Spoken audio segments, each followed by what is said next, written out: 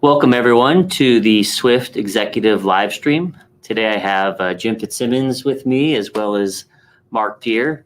And just like normal, we're going to cover several topics with some prepared remarks.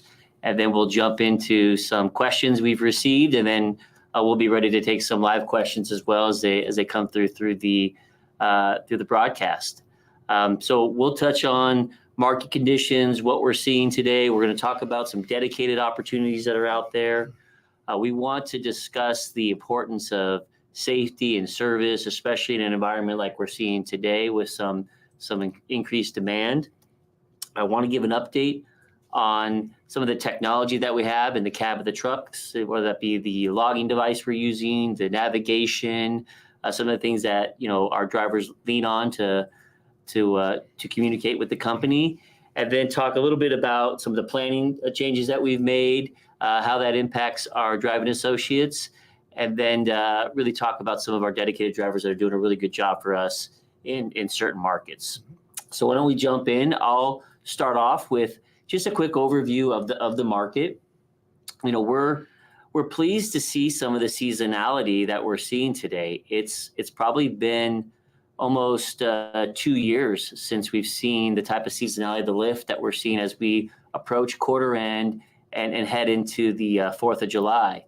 And so we have plenty of opportunities now that are coming our way from our customers that are projects or maybe above and beyond what we're normally committed to operate for them. So seeing nice volume and some good opportunities for our drivers to get out there, generate some miles on their trucks, and hopefully pick up a nice paycheck as we get closer to the holiday. In this type of environment, it's very important that we're out there and we're available to run loads. We're flexible because, again, we have different opportunities coming our way from our customers who have some increased needs in their network. And so we'd ask our drivers to be flexible, be nimble, and take advantage of what's a better market than we've seen over the last 2 years.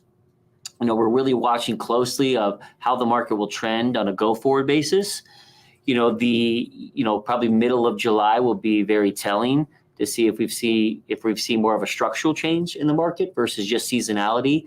But nonetheless, the fact that we're seeing a nice lift as we close the quarter is a good sign that the supply and demand are getting closer to balance, and that should lead to a more favorable market for our company and for other carriers out there, which should lead to better productivity for our driving associates. So we want to make sure that we're doing whatever we can to leverage this market and perform well while we have some wind at our back. So excited to see that, but again, got to work hard, got to push and be aggressive.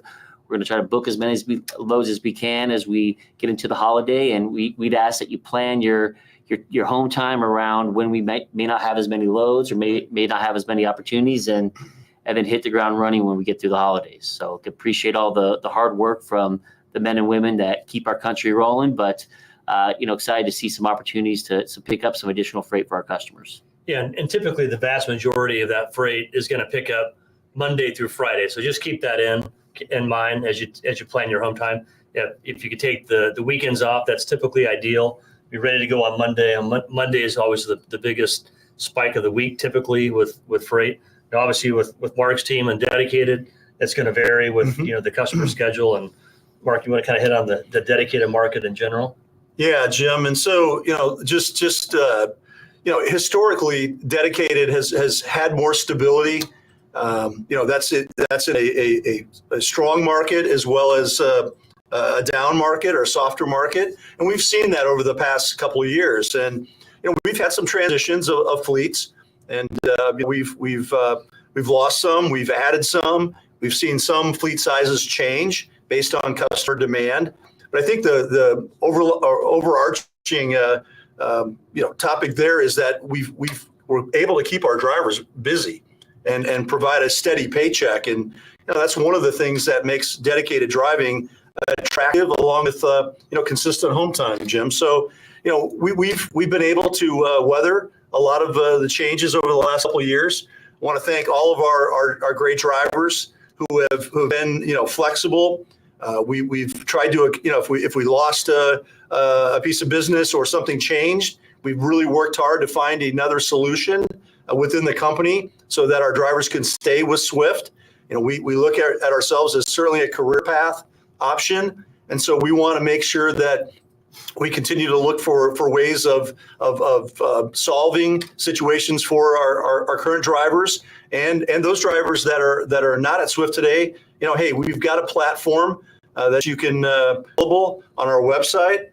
We've got for our internal drivers, we've got a driver placement team that works to see where we've got fits that will better meet your needs at this time. So we're really trying to build a lot of flexibility in.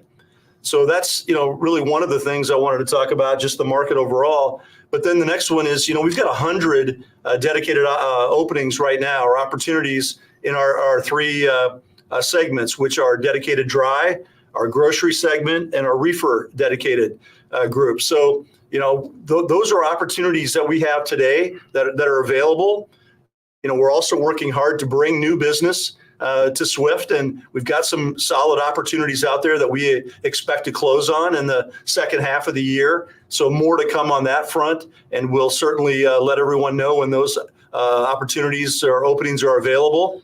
But really, it's about finding matches for our drivers that match our drivers' needs, and become a career path that will allow a driver to stay at Swift for their entire career. So we're excited. We think we're going to benefit as well from an improving market. And I would ask our drivers as well. This opens up more on the backhaul front for us to be able to fill empty miles. And that's important to Swift, and it's also important to our customers who depend on our backhauls to help them offset empty mile cost. So please, be available for those. Be willing to accept any loads that you're offered, and we'll all be more successful in the end. Yeah, that could be the difference of whether we keep dedicated business or lose it, right? Based on how well we're doing on the backhaul. Absolutely. There's a lot of, hey, a lot of our customers are focused on cost right now. Service is very important, but so is cost. And we've got to continue to be creative and find solutions to reduce costs for our customers. So speaking of cost, I'll get into the safety, because there's probably nothing more that costs more than when we have, some sort of crash or an accident, and whether that, it's kind of twofold, right? The first is we don't want to get anyone hurt. We don't want to hurt anyone. But then obviously there's a monetary value impact when you have a crash. And so we say this. I try to get this out on every call so that everyone hears it, from us, so that it's real. But our drivers decide when that truck rolls or doesn't roll, and that's all based off you being in the cab of the truck and making that determination. Where if you're in some sort of weather, you're tired, you're sick. If there's some reason you can't move on, you don't feel safe moving on. Every time, 100% of the time, we want you to make that decision to not move and notify us, right? That's part of the key, is you got to communicate. So if it's not a weather-related event, most likely we're going to get somebody else to repower your load so that we get that load there on time. But we can't say it enough that we empower our drivers to make that decision. Therefore, we count on you to make the best decision for yourself when you're out there on the road, because we don't know how you're feeling. We don't know what you're seeing through that windshield. So you've got to make that best decision. But we've continued to improve our safety results. We do a very good job at Swift with our safety, and we want to continue to improve that month after month. That's something we're never going to let up on. It's always going to be a very high focus. Yeah, we leverage tools that are available to give you some insight into the weather we may be running into or seeing, or giving you some notifications around speed for condition. But ultimately, we're counting on our professional drivers to make the right decision. Yep, exactly. Again, technology can only get you so far. It's the human element that ultimately makes that decision, and it comes out to a make or break on, our performance on making the right call when you have to. And sometimes that means shutting the truck down. Ice is always a great one, where I don't care how experienced you are, you can't safely drive on ice. We'll shut that truck down. This time of year, obviously, we don't have to worry about ice, but we do have to worry about rain, and you get a lot of torrential downpours typically in the summer, and sometimes catches a driver off guard where they haven't driven in rain for a while, and you got to make the adjustments on your speed to slow down to safely get through the weather. And then construction as well. Yeah, I was in Chicago last week. The Midwest, because of the weather situation in the wintertime, they can't work on roads. So the summertime gets all the construction, and it's tough. There's a lot of a lot of opportunities there that things that we need to avoid. And then the biggest thing is just slowing down.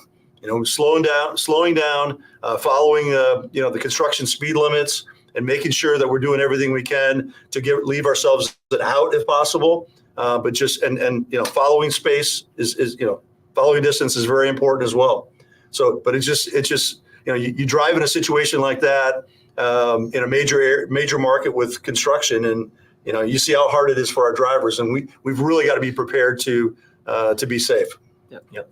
Thanks, Mark. The other thing I want to hit on real quick, just service in general. And hey, we've done a great job at Swift. We continue to improve our service.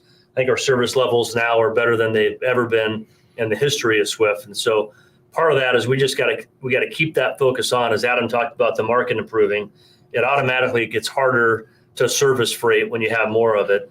And so therefore we just got to make sure we're not having dumb errors where somebody oversleeps. We got to make sure we plan a driver with enough hours to get there on time. Somebody has a trailer. We got to just kind of do all the basic stuff to help protect that service.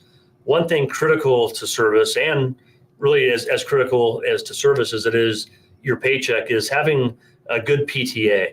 And I've been here a long time, and I feel like that's always kind of been a battle with not having good PTAs.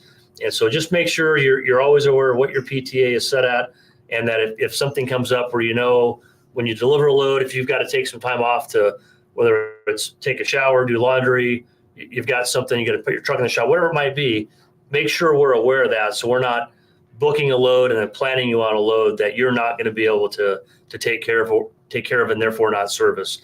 It just can't say it enough how critical the PTA is, kind of the starting block of building everything throughout that week for a planner and for our drivers to make sure you have a successful week. I'd say just communication in general, like verbally committing to a load. And if you have an issue, ensuring you're communicating very quickly to your driver leaders so that we can get to the customer and figure out other solutions to still service the load, or at least communicate to the customer that there's going to be an issue. And that'll solve a lot of the issues that you run in over the road. Yeah, no one ever complains about over communication. Right. The more we communicate, the smoother everything will go. And quite honestly, that level of service is what allows us to get future opportunities, allows us to retain business at rates that may be better than others in the space. And so it's critical. And we've made a commitment, coming out of the pandemic where maybe the service wasn't as high as we'd like it to be. And many in the space had that challenge, that we were going to perform at a high level regardless of the market. And so we've got to live up to that. Yeah, that helps, for Swift to be the first call when a customer has extra freight and they're going above their committed volumes. It's the service is the key to getting that phone call. Yep. Okay, technology? Yeah, we'll transition to some technology updates. So first one is I want to touch on the logging devices that we have in the vehicles. Largely, we have Zonar devices in our trucks, and we've been testing GeoTab for a few months now. I think we have about 70 units in the Swift fleet, 30 in some of our other fleets, other brands.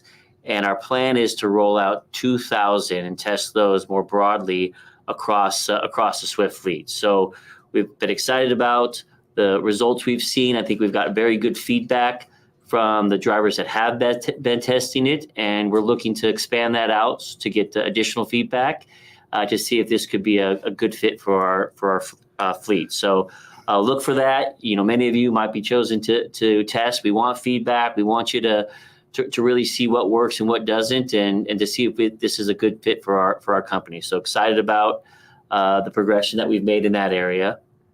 The second area that I want to give an update on is navigation, and we call this pluggable routing, where we at Swift can determine what route we believe is best for the route, and then send that to the truck and not rely on a third-party service to determine the navigation.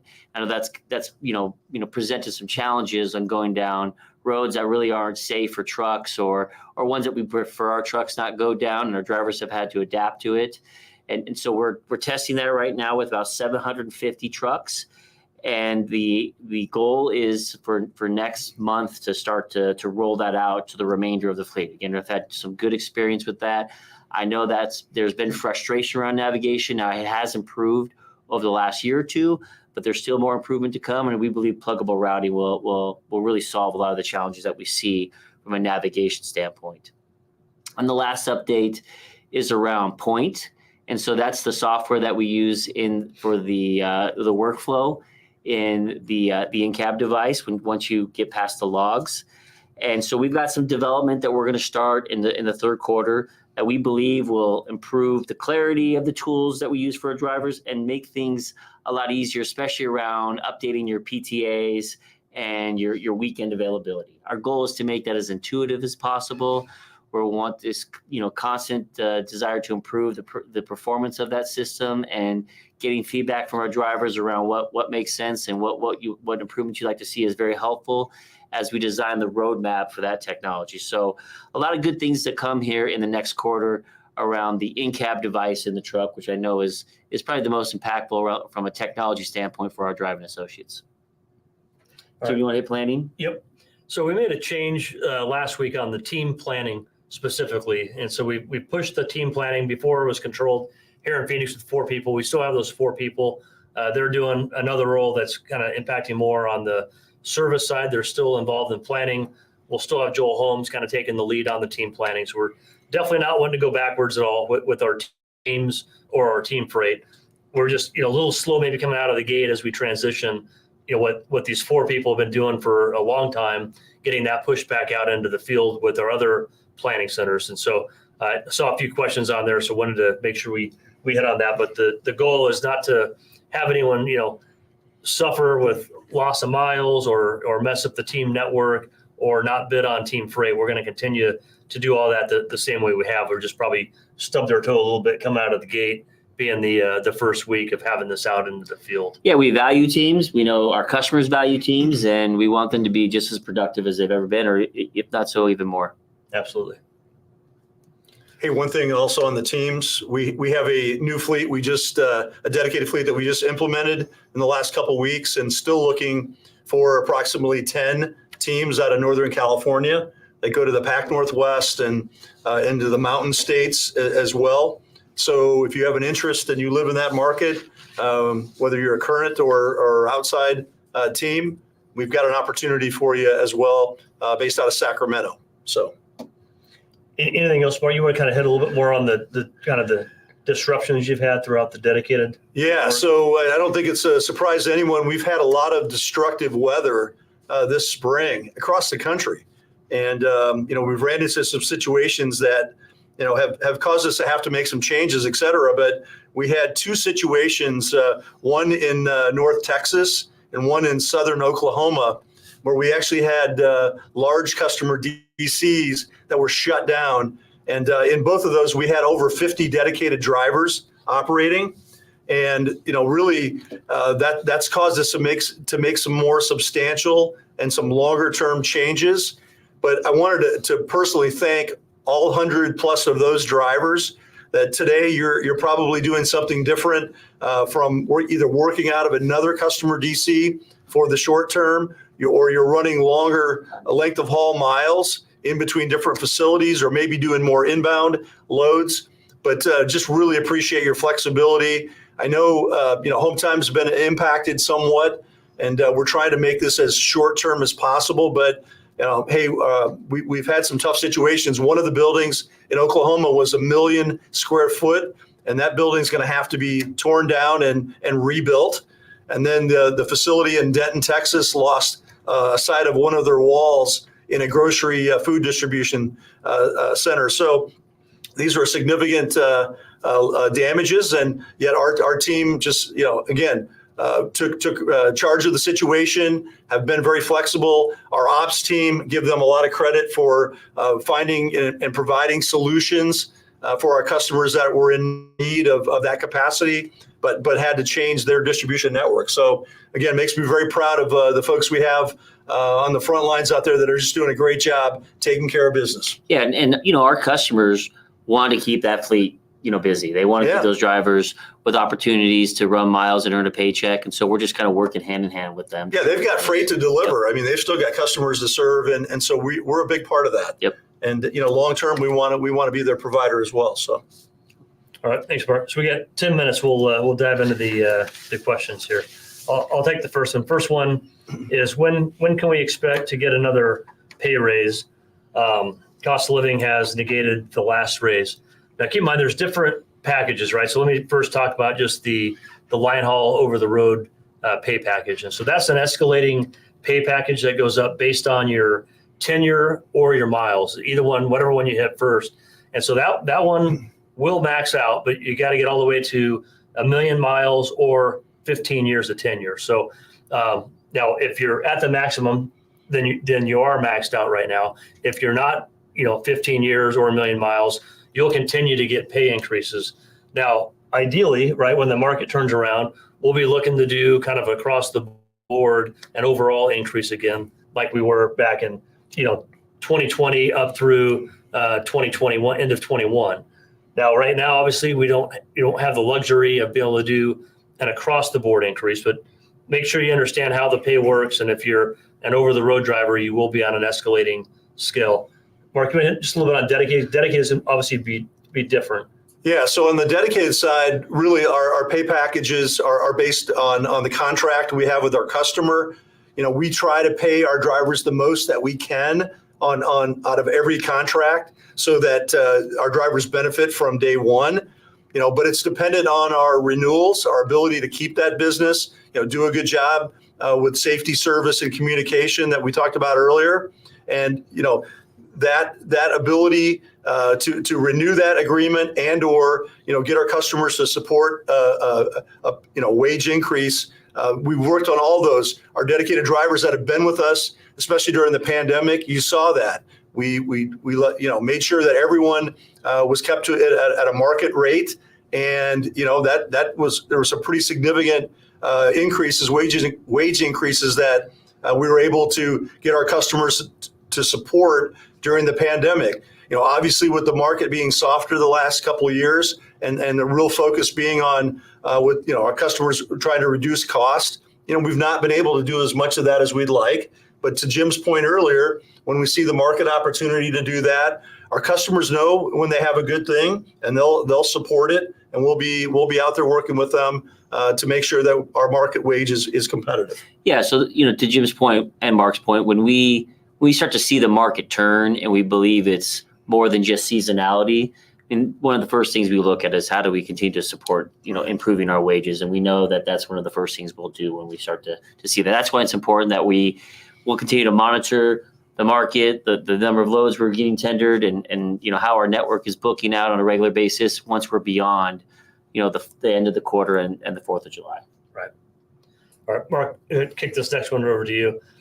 With the Swift Fontana terminal closing and the U.S. Express terminal, what's the plan on the assets and the trailers for Southern Cal? Yeah, so a little bit of transition in the Inland Empire there. We've been Dedicated's had a terminal in Fontana for the last 8 years, and it's worked very well for us overall. And many of you may have been there or at least know of that terminal. Unfortunately, due to the cost of real estate in the SoCal market right now, we've had to make a change. And so essentially, we're moving the operations group from Fontana to Jurupa Valley, where we've got plenty of room there. So we'll be on the Dedicated will be on the second floor. Plenty of office space. Plenty of office space, yes. Thanks. Don't want any negative comments there. I was going to talk about parking here in a second. On the parking side, we're going to have to split up a little bit for tractor and trailer parking. We want to have most of the tractor parking at Jurupa Valley, but that's going to take some time as we clear that yard and move some trailers off of Jurupa Valley. We've also leased another yard for trailer parking that is very close to Jurupa Valley, and are looking for another lot in that market to be able to clear out some of the trailers that we have that aren't currently being utilized. So as you probably saw during the pandemic, trailers were at a premium. We loaded up SoCal, right, Jim? And Yep. Everybody wanted trailers, and now not so much. But that'll change at some point. But we just ask for everyone's patience. The Fontana terminal worked really well for our dedicated group, and our commitment is to making sure that you've got quality and safe places to park. and that, it's business as usual. So more to come on that front, but we need to be out of our Fontana terminal by August 1st, and we'll be moving resources in the next month or so to make that happen. Yeah, and kind of across the board, to Mark's point, we're going to continue to clean up trailers, and SoCal's an area. Really, the whole West we're just kind of dripping in trailers, and as you get farther east, it tightens up a little bit. But we've got plans in place. We've been doing this for a while. It's just a slow process, but we're going to continue to downsize our trailer fleet, and so that our goal is whenever you come into a Swift terminal, we always want there to be a place for our drivers to park. So the goal is to get these yards cleaned up enough. Right now, it probably feels kind of like what I'm saying doesn't feel right, because in order to sell these trailers, we got to bring them into a terminal. We got to prep them. We got to de-identify them. Then we got to sell them, and then we got to get the trailer picked up. So it's a long process. And obviously in this market, to Mark's point, back in 2021, early 22, you couldn't get enough trailers, and you could have sold the trailer in a day. Now it's taken a while to sell these trailers. So it's a slower process. We're going to continue to work on that until we get our fleet and trailer pools kind of right sized. And really, we picked that initiative up in the third quarter of last year, and so it's building some momentum. So I think we're making more progress selling equipment and then getting it off our yards faster than we were maybe a couple quarters ago. So Yep. I feel like we'll make some headway on create some space. The goal is to have the right balance of parking as well as empty trailers available where you need them. Exactly. Yep. So it's kind of like trying to be Goldilocks there. So it's not always perfect. It's not easy, and then like I said, it's a slow, tedious process to get them sold. Yep. So the yards fill up a little bit before they empty out again. Yep. All right, Adam, we got 3 questions on fuel, kind of just about preferred gas stations, price wars, points, et cetera. You want to just kind of take the lead on fuel there? Yeah, I'll touch on that. So obviously fuel is one of our largest expenses as a company. So we're always looking for the best deal in terms of how we can purchase fuel. But we're also very aware of wanting to provide multiple solutions for our drivers. And it's important that we have good relationships and contracts with the major 3 truck stops out there. So that's the TA Petro, Pilot, and Love's. And so, which, we didn't do as much volume with TA until more recently. And so we've opened that up, and we're starting to pick up, a lot more gallons through TA. And so if you have any challenges with points and being able to, capture the benefits on there, the TA team there would be willing to help through that. And if you find yourself where you're not getting help through that, you talk to your driver leader, and we can leverage a representative from Swift to be able to help maybe prioritize that support that's needed. But we like that our drivers have different options in different markets, but just know that we have an optimizer that will select probably the best fuel option for you in a given market. Now, sometimes it's going to give you a couple different options if the price point is negligible in terms of the difference. So it gives you a little bit of flexibility of where you would prefer to stop.